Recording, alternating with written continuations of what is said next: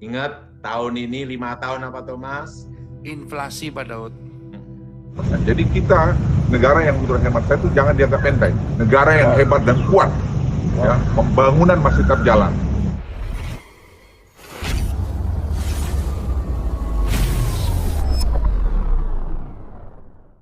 Shalom sahabat KP yang berbahagia.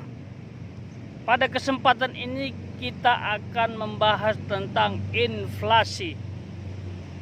Nah, ingatkah sahabat terkait dengan inflasi yang pernah disampaikan oleh hambanya Evangelis Daud Tony? Beliau sudah menyampaikannya sejak lama, bahkan sebelum corona melanda dunia, dengan menggunakan istilah resesi ekonomi. Beliau mengatakan akan terjadi resesi ekonomi dan jawabannya adalah corona. Dan sekarang hal tersebut terbukti. Inflasi besar-besaran terjadi di negara kita bahkan di seluruh dunia. Hal ini disebabkan oleh corona, termasuk perang Rusia dan Ukraina itu berdampak juga untuk inflasi. Nah, banyak orang yang nggak percaya hal tersebut. Ya, kita nggak bisa salahkan ya. Tapi sekarang sahabat yang tidak percaya, lihat fakta yang sudah melanda dunia. Ya. Tapi berbahagialah. Ya. Sekalipun inflasi terjadi, janji Tuhan itu ya dan amin. Kita tetap dipelihara. Dan hambanya masih terus mengingatkan inflasi akan terjadi selama 5 tahun. Dan ini sudah berjalan 2 tahun lebih. Dan masih ada sisanya.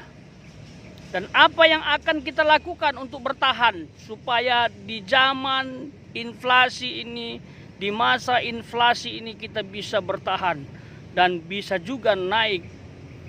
Dan kita akan dengarkan dulu cuplikan singkat pembahasan terkait inflasi oleh hambanya Evangelis Daud Tony. Ingat, tahun ini 5 tahun apa Thomas? Inflasi Pak Daud. Dan kita harus siap untuk menghadapi itu Thomas. Siap Pak Daud. Ya. Dan ingat, kita ini semua kan baru masuk dalam resesi ekonomi Thomas. Ya betul Pak Daud. Dan tahun ini kita semua belajar normal Thomas. Belajar normal di tengah-tengah inflasi dan resesi Pak Daud ya. Iya. Terus Pak Daud, inflasinya sampai seberapa yang Pak Daud dapat lihat Pak Daud? Pokoknya hadapi dan lewati dengan tenang Thomas. Tenang ya Pak, tapi kita percaya Pak ada pertolongan Tuhan ya Pak. Iya. Pokoknya apapun yang terjadi dalam hidup ini kita udah siap Thomas. Harus siap Pak Daud ya. Iya. Haleluya, puji Tuhan. Dan penting kita bertahan Thomas. Ya, ada pertanyaan Pak Daud, bagaimana tipsnya untuk bertahan Pak? Ya, bertahan itu percaya dengan pemeliharaan Tuhan Thomas. Percaya Pak Daud ya. Dan konsisten dalam suatu tindakan Thomas. Konsisten dengan sebuah tindakan ya. Oke. Dan konsisten dalam apa yang kita tekunin Thomas. Haleluya. Dan konsisten apa yang kita kerjakan. Amin. Dan yang ketiga, jangan mudah menyerah Thomas. Haleluya. Itu dia sahabat KP. Bagaimana menurut sahabat? Jikalau ada pendapat, please isi di kolom komentar. Seperti biasa kita bermain di opini. Sahabat bebas berargumen, menyampaikan pendapat karena ini adalah demokrasi. Ya, tetapi hal penting yang perlu saya sampaikan ya, sekalipun inflasi melanda dunia termasuk Indonesia, kita patut bersyukur. Jangan mengeluh. Jangan selalu menyalahkan pemerintah. Selalu mencari kambing hitam sebagai penyebab hal ini terjadi. Sadar sahabat bahwa inflasi ini melanda dunia, bukan saja melanda Indonesia. Dan ternyata Indonesia termasuk ya negara yang dampak inflasinya tidak terlalu tinggi. Artinya Indonesia masih bisa bertahan menanggulangi semuanya. Masih lebih baik daripada negara lain. misalnya Amerika Serikat, ternyata inflasinya tinggi di atas 7, sekian. Ya. Dan kita akan dengarkan cuplikan singkat dari salah satu menteri Bapak Jokowi, yaitu Bapak Luhut Binsar Panjaitan. Ya, mungkin bisa meneguhkan atau meyakinkan kita bahwa apa yang terjadi di bangsa ini dan pemerintah sudah bekerja dengan baik, ya. Jadi jangan kita kutuki, jangan kita jelek-jelekkan, begitu ya. Nah, ini dia, kita akan dengarkan dulu ya. Kita punya ekonomi, menurut saya di antara negara-negara dunia sekarang yang kemudian global kurang bagus, ekonomi kita salah satu yang terbaik. Kita punya hutang salah satu yang terendah, mungkin kelompok rendah dibandingkan banyak negara. Kita hanya 41% dari PDB kita. Negara-negara lain ada 80, 90 sampai mungkin 100% dari PDB. Dan ini tidak bisa dibantah orang. Yang kedua, karena account deficit kita ini pertama kali adalah surplus, ini adalah baru sekarang setelah sekian tahun, 10 tahun. Yang ketiga, ekspor kita yang terbaik pada tahun lalu adalah tertinggi dalam sejarah, walaupun dalam keadaan COVID itu 232 miliar dolar. Ini pun angka yang tertinggi yang belum pernah dicapai. Tidak hanya karena komoditi, tapi juga karena hilirisasi dan juga karena efisiensi di bawah leadership Pak Jokowi yang sangat bagus.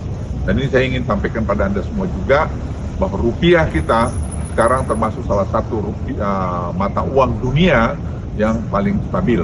Tidak ada yang bisa membantah itu. Jadi jangan memberikan berita-berita yang tidak bagus mengenai tadi bahwa perang Ukraina dengan Rusia ini punya dampak pada ekonomi Indonesia, dunia.